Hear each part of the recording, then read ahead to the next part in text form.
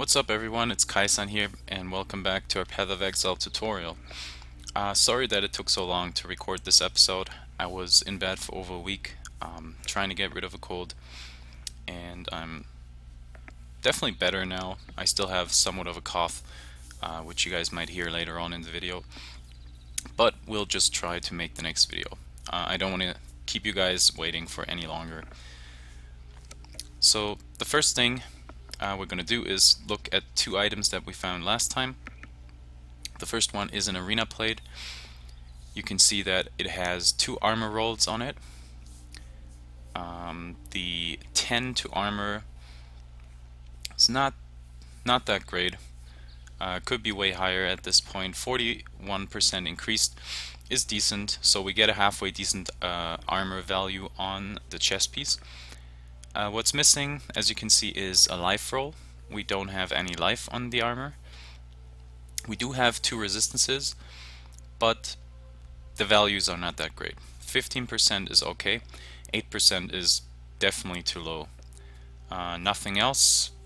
We have one socket, so just as a comparison to the one that we're wearing right now, which has a 3 link, that's already a big difference. We have 30% resistance compared to 23 on the arena plate, and we do have life. So that makes the one that we're wearing right now quite a bit better than the arena plate. And then we have a one-handed sword, where you can see that it's a small percentage increase on physical damage, but there's no flat fizz damage, so it's not a good fizz weapon. There's two rolls for elemental damage on it, fire and lightning, and both of those rolls are mediocre. They're not top end, they're not very low, so kind of in the middle. We're missing cold, so it's not a really good elemental roll, but depending on the weapon that you're wearing at that point, you might be able to use it. But keep in mind, it's far from a good weapon. Okay, I will be going for master missions, the dailies at this point, and after that we'll continue in the storyline. I'm back. I just wanted to show you guys the Exile that I have to fight for the Varici mission. Let's go back in. That's the one, Zachary Desmarais, and he looks really cool. And once I make myself available to him, you can see that he has Molten Strike as one main attack, so fire based, and he has Lightning Strike, which is lightning slash physical. So if I just stand here, especially his fire will kind of whittle me down. He has Leap Slam as well, as you've just seen, so it's hard to run away, and you can see that he is somewhat dangerous if you don't manage to kill him in time. Yeah, so you guys can see that I kind of have to retreat from time to time here, or, well, I could just chuck a potion while I'm there. Oh, I can't kill him, yeah. The mission says that I have to keep him on low life for 10 seconds, which I am doing at this point. Here we go. And he's gone. Oh, really? I have not seen that before. Usually, if you keep him on low life, he just disappears, so you don't get any loot. Maybe they changed it, so you get some loot now. That would actually be really cool, because otherwise, some people will just skip these missions where you can't kill him, because it's just too annoying to deal with, especially on higher levels. Anyway, we almost have Varici at level 4. He's the only one on level 3 at this point. Okay. The only interesting thing on one of the masters after the daily reset is this gem, Poison Arrow, 9% quality, which we will get for 1 alchemy, and we will try to resell for 1 chaos. The rest of the gems we have seen, so I'm not going over them. This brings us back to Act 3 and to the warehouse sewers. where we already used our quest items to get rid of the blockage here. And now we'll go into the sewer waterway, which is the next zone. Okay, there's not really any new stuff in here, but I hear something. So I think there's a soul in here that we can attack and hopefully kill as fast as possible. A forger. I don't think we've seen a forger before, so that might be a new kill. Yep, and it is. Okay, not even sure what a forger does, but we'll just get rid of the rest of the monsters that he infected on his way. And we found Elrion. I'm just gonna clean out the way over there and then I'll be back for Elrion. A couple of things happened while I was clearing over here. First of all, we leveled up, so we can put another point into life right here. Next level we will get herbalism. And we found a new gem, a support gem, Culling Strike, which kills enemies on 10% life or less through supported skills. So for example, we could support Spectral Throw with Culling Strike, which would decrease the attack speed, but it would make it so that whenever any kind of opponent, any kind of monster falls below 10 HP, they get culled, which means they die instantly. This is really good for boss fights, because that means you can cut away 10% of a boss's HP, and it is often used for boss runs when it comes to Magic Find. So the Magic Finder will have Culling Strike either as a support gem, or there are certain skills where it is implemented in the skill itself. So they might use Power Siphon, for example, is one of those skills. So it is an interesting feature. We will probably not be using it ourselves, but to be able to cull a boss will decrease the time that you have to spend on him. So we'll just pick it up and we will make our way back to Elrion over here. Some random monsters. And we probably have to defend this stuff here. So let's do this. And those guys have to be within this circle for it to count. Now we have a lot of exploders that might be dangerous. We don't want them to explode all in our face. Okay, how many do we still need? We need 12, so that should be... we should be able to do this. Here we go. Nice. I just remembered that last time we didn't succeed with the Elrion mission. I think it was the first time ever. But this worked out. So we get a tiny bit of reputation at level 4. We only get a tiny bit because we are still on normal difficulty. So to really go towards level 5, we have to finish Act 3 and finally go into Cruel difficulty. We just had Ball Lightning drop. We were talking about this spell before. A slow-moving projectile that periodically damages enemies. And I'll try to actually show you guys what it looks like. Let's put it on here. Ball Lightning. There we go. It obviously, it's level 1, so it doesn't really do too much damage. But it does a decent amount of damage at this point. I mean, I can use this here and just throw it in, and you can see that wherever it passes, it deals some damage to those guys, you know. So as an AoE, it's not bad. It's definitely not bad. Those were blue mobs, some of them. So the damage output is decent. You could use slower projectiles with this, which would make it go slower and deal more damage on its way.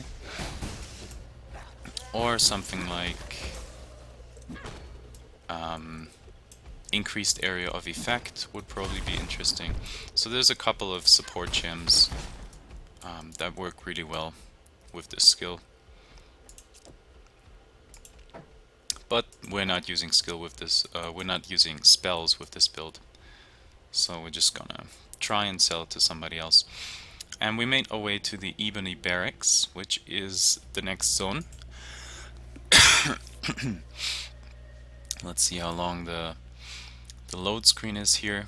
I sometimes have some issues loading into Ebony Barracks. It's one of the trickiest zones in terms of lag, at least for me. Okay, so I can hear the sound in the background. Here we go. So you get out of the sewers here, and then you just go up the stairs and you find a waypoint right here. You grab the waypoint, and we will, in this zone, you can see that there is on the right side, there's a wall that is somewhat taking over by grass and by various plants. We will follow this wall along because that makes it very easy to see when the area boss, when we'll see the area boss. But I'll go back to town and just clear my inventory first. In this area, the enemies are the same as we've seen before in the Battlefront.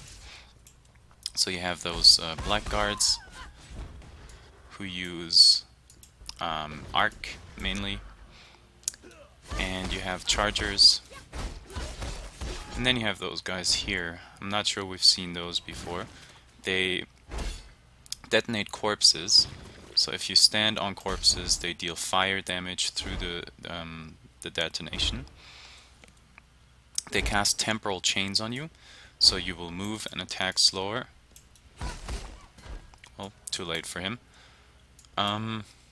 And later on, I don't think at this point, but also in Act 3, they will be able to raise some zombies as well. Alright, so I followed the right wall. The right wall, as I told you guys, this is the waypoint over here, and you can see that it's different levels. You have to go upstairs, you know, to get to the next part, and then at some point you will find this way that kind of leads away from the main area, and here you have the Imperial Gardens, which is another area that we will disregard at the moment, because we have to fight one boss first before we want to go there. This boss we've seen a couple of times already. It is Piety. I don't think we will actually get to her in this episode, but we will hopefully fight her in the next episode. She used to be the Act boss for Act 3, and then GGG came out with an expansion to the game, to the Act, and now we have a new Act boss in Act 3. So Piety is some sort of a halfway measure, but she is way further. Well, yeah, she's further than halfway, I would say. But what I want to show you guys is this here. Usually the third or fourth steps that you go up, you can already see this carpet, this red carpet. And here you have the area boss. You can see him over here. And there's an elite guard that protects him.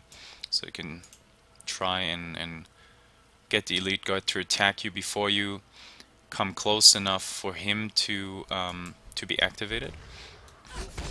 It's not a big difference though, so you don't really have to be that careful. His name is General Crovisius. He deals fire damage, firestorm, molten shell. Everything that he does is fire based, except for a melee attack with his weapon. So let's just go in. You can see we have the fire mages here. They cast flammability, which would make you less resistant to fire. I'm kind of curious what my fire is at this point. It's 50. I think that's okay. So he has a lot of energy shield, so you have to get his energy shield down first. And the problem is that if you have to get away from him to get some life back or something like that, you can see that his energy shield recharges. So if you cannot deal consistent damage to him, you might have a problem because he recharges his energy shield relatively quickly. What he has on right now, this thing surrounding him, that was the molten shell. I'm just gonna attack him right here. Oh, whoops. Okay, that was the wrong button. Let's get rid of this guy.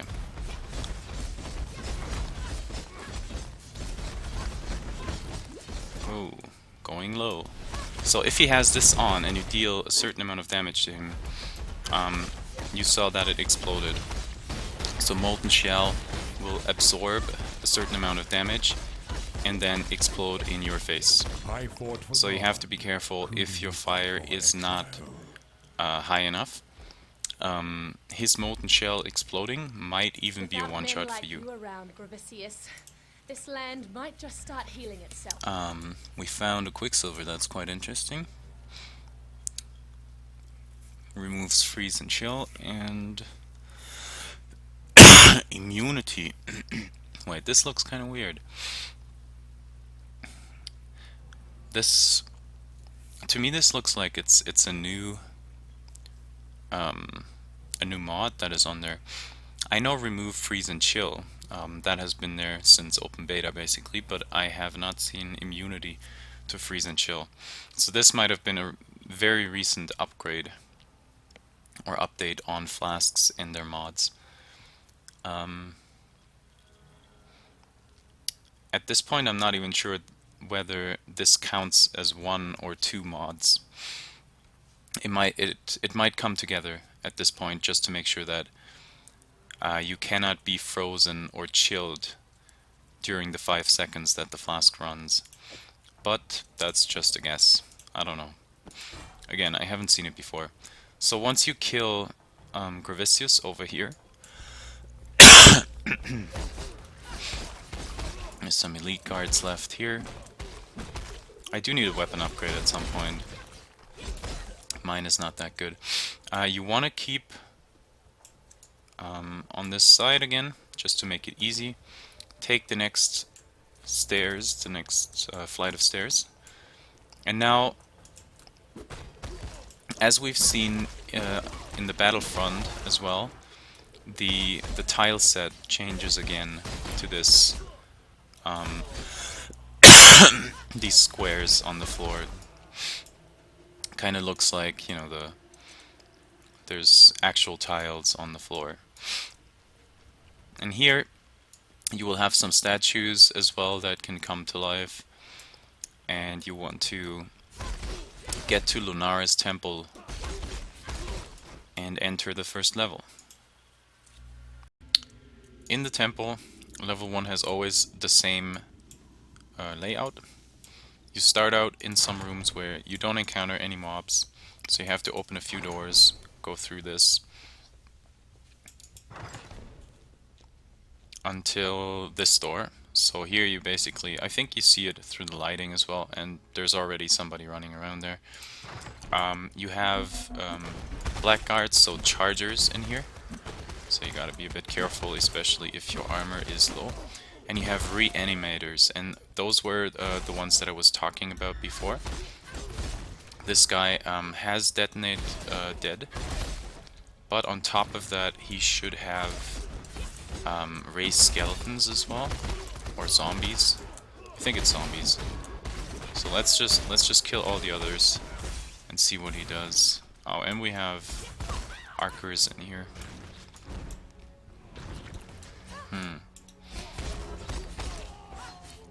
Oh, another spectral throw. And yeah, he casts temporal chains. Apparently he doesn't want to, if he can do it, he didn't really want to use his summon, so that's fine by us. It's pretty unfortunate in a way that those guys are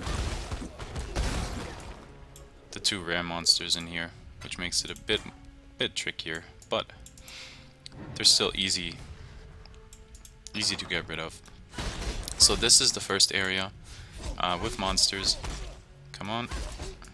The second one is this one where you have three options. You can go right, you can go through the middle, or you can go left. I usually go along the way where I can basically look up and see most of the remaining map and the remaining room. And we have this guy as the ram up again. Here we go. Oh, interesting. This is a corrupted area. So within the Lunaris Temple, in level 1, this is usually where you find the corrupted areas. Rare monsters each have a nemesis mod. That sounds pretty interesting. Well, my goal originally for this... Have we seen Arcane Chambers? My goal originally was to reach the waypoint at level 2. Which might be a bit tricky if we actually do this corrupted zone. I'll see if we haven't encountered Arcane Chambers before, we will do it. If we already did one of them, then we will just skip it. So we haven't done Arcane Chambers before, and the boss is actually quite interesting. So we'll quickly go through it. I hope that it fits time-wise, that we can still make it to the waypoint. So let's start. I just went in a second ago and found this guy. Hello. Tor Algasso. We've seen him before in one of the Vorici missions, I think. So he's the one with Leap Slam and Double Strike. Not a big issue. I just wanted to show you guys so you're not surprised that I get all this loot.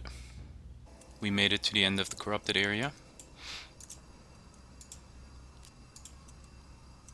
And here we should see the boss. Come on. You can already see the tile set there. And here we go. Alright. Lag. Beheader Ataguchu.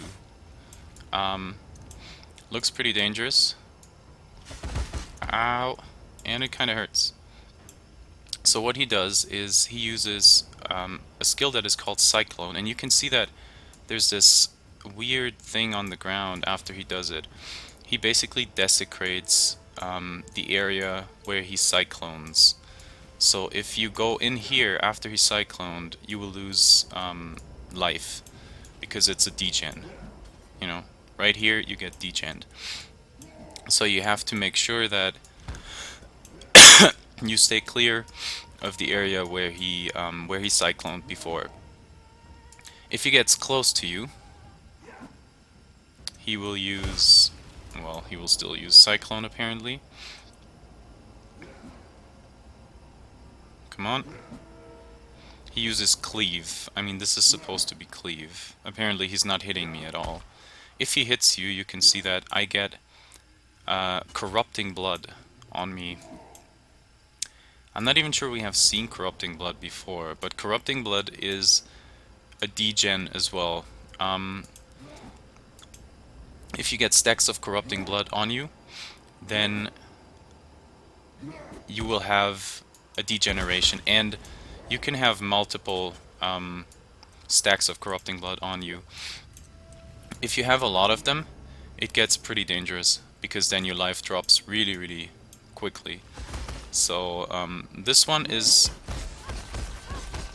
not too easy. You have to be careful. I mean, I just go head in first right now because he doesn't really hit me that often.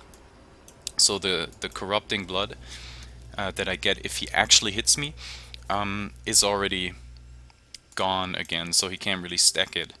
So that's why I could That would just only slow me down. attack him straight away. But just be sure to not stay in too much degen and not get too much degen on your character, because he's all about degen, basically. I haven't seen the blue mobs, so they have to be somewhere here. Yeah. Swift blood elementals. I'm sorry. Oh, nice. Coral ring. That's good. That might be interesting. Let's check that out right away. Yeah, you can see my inventory is pretty full again. It's nothing special. It has mana, but nothing else on it. So what do we get here? Vol summon skeletons. That's actually a really good gem. Really good Vol gem. And something that if you want to have summons, you can use yourselves, or you can sell it easily, because a lot of people want to use this skill gem because it summons skeleton warriors, archers, generals. It summons everything at the same time. So if you get the souls to use this, you will get a huge army, and that army will last for well, at level 1 it is 20 seconds, but as you level it up, the base duration will increase, and this is really good for boss fights, for example, because then you can distract the boss so he doesn't really attack you, and it also deals a lot of damage to bosses. So I wouldn't use this on white mobs, but on bosses it's really good. Alright, so that's the corrupted area, and we'll try to, for the end of this episode, make it to the waypoint in level 2. Okay, so we're back at level 1. And what I wanted to show you is the area boss, because the area boss is somewhere around here. So as you remember, this was the first area with monsters. This is the second, and here, this would be the third through this door. But we will have the area boss here, and you know that he's nearby once you see zombies spawning. So let's just... here we go, and Desecrate. So he uses Desecrate to get a degen on the floor, don't stand in it, and then he raises zombie out of it. Where is the guy? Right here. Fleshrend, the Grand Inquisitor. My mana is gone.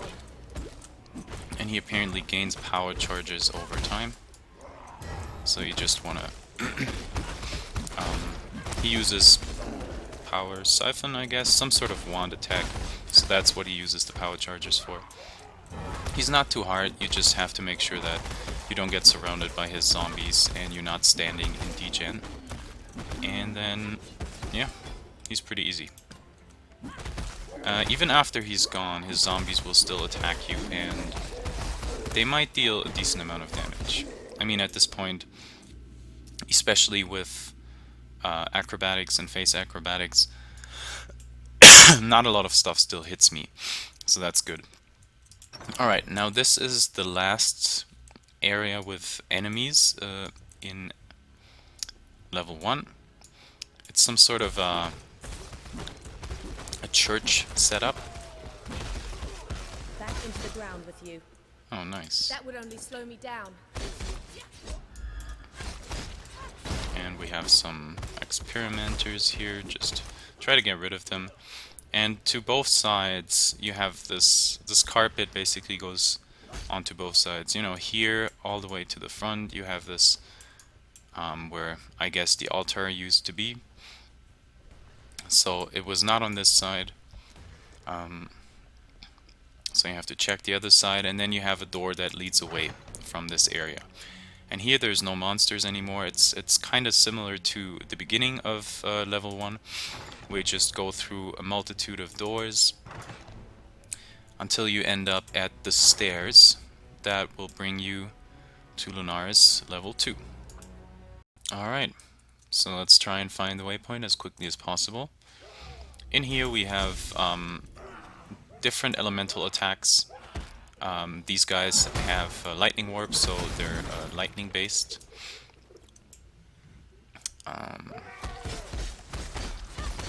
Not even quite sure what that guy does. Powerful crits.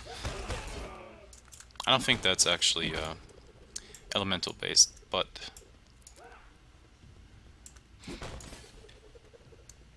let's see if we find somebody else. Oh, here we go. They cast Unrighteous Fire, so it's a fire degen.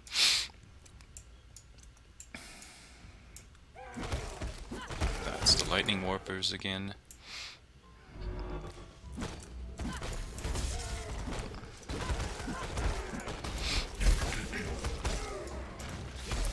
We want to get rid of this guy as soon as possible. Here we go.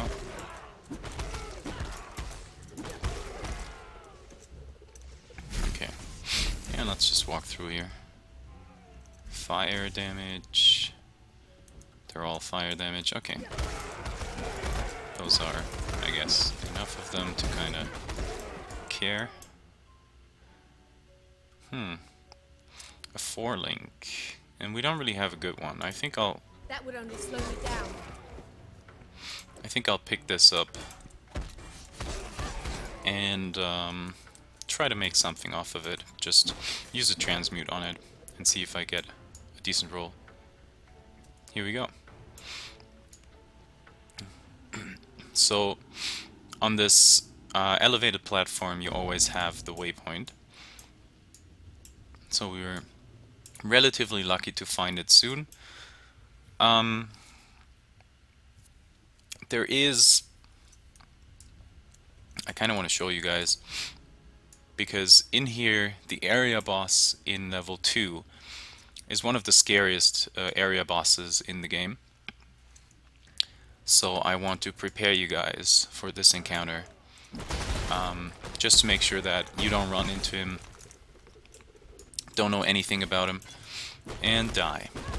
Okay, these guys are cold based, so that's what I meant with... Oh. Now wait a second, where's that guy? Here. Can I kill that guy still? Nah, there's too much shit in the way. Yeah, I don't think I get him anymore. Oh well. Let's just kill the rest. So, the area boss that you find in here is a stronger version of Brutus. Brutus was the boss of Act 1. And this guy in here, his name is Cole. He is, you know, he has the same kind of attacks as well. He has a pretty strong physical melee attack. And he has this attack where he kind of throws out a wave. And if you get hit by that wave, then it deals a pretty significant amount of damage to you. And it's kind of scary, because if you get close to him, the earth starts to shake. You know, it's pretty cool. So I just want to show you guys what you're in for, to prepare you. And then next episode, once we get back to level 2, since I have the waypoint now, I can just quickly run through this level and we can continue at level 3. Well,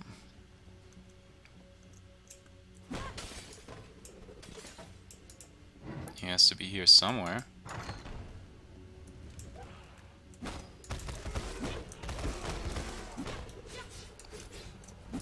I'm pretty sure I went through almost all of this level.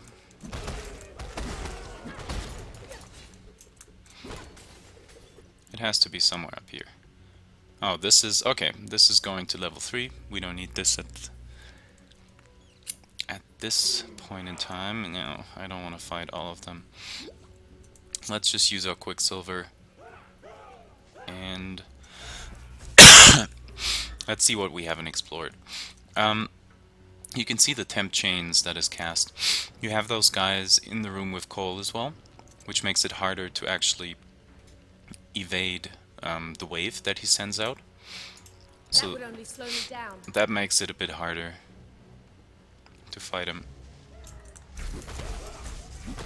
Okay, I kind of have to get rid of these, because they will just follow me.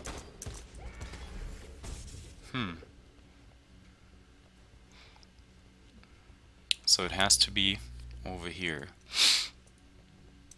Here, maybe?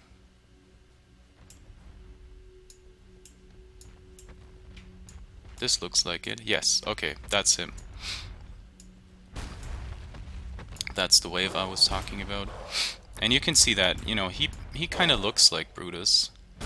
He's just the badder version. Let's see if he...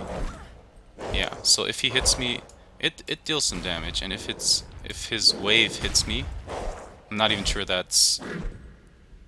I probably have to wait a bit because I have my high evasion, so he's not too hard for me at this point. But you can imagine that if you don't have all that evasion that I have right now, he would be really scary. So at this point, I can just face tank him. And he's not really doing much to me. He has quite a bit of health, so it might be that, you know, you have to chuck a potion in between, but apart from that, with this build, he's not that hard. So I just wanted to show the zone boss to you guys, because you might not be as lucky and run into him before you find the waypoint. Okay, so we're back in our hideout. Since we found a lot of rare items this time around, I just want to quickly go over 3 just to get them out of the way for next episode. One was a two-hander with a pretty decent percent increased physical damage roll, but we don't have the flat roll, so it falls kind of short. The nice thing is that it has 2 resistances on it, but in comparison to the one that we have right now, it has slower attacks, so it's not an upgrade. We do need an upgrade relatively soon though. This shield, you can see, is not good at all. There's no resistances, no life, so that's trash. This claw has halfway decent flat fizz roll, no percent increased, only 1 elemental damage roll, so not good either. So we can just get rid of those 3. And this is the 4-linked headpiece that I found. So we're just gonna use armor scraps on it. What? No target found? Okay, I think I have a bit of lag here. So we bring it up to 20% and then use transmute, which